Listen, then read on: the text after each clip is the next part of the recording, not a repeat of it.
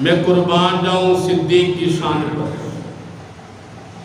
ایک موقع پر اللہ کے نبی حضرت ابو ہریرہ رضی اللہ تعالیٰ عنہ اس حدیث کے راوی ہیں، ابن ماجہ میں یہ حدیث پاک موجود ہے۔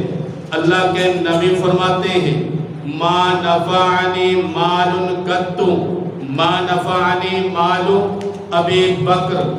اللہ کے نبی نے فرمایا مجھے کسی کے مال نے اتنا فائدہ نہیں دیا جتنا کہ صدیق اکبر کے مال نے فائدہ دیا۔ فبکا، اللہ کے نبی کے یہ پیارے صحابی جناب سیدنا ابوبکر صدیق کی آنکھیں نم ہو گئی، آپ رونے لگے۔ پھر فرماتے ہیں یا رسول اللہ صلی اللہ علیہ وسلم حل انا ومالی الا لکا۔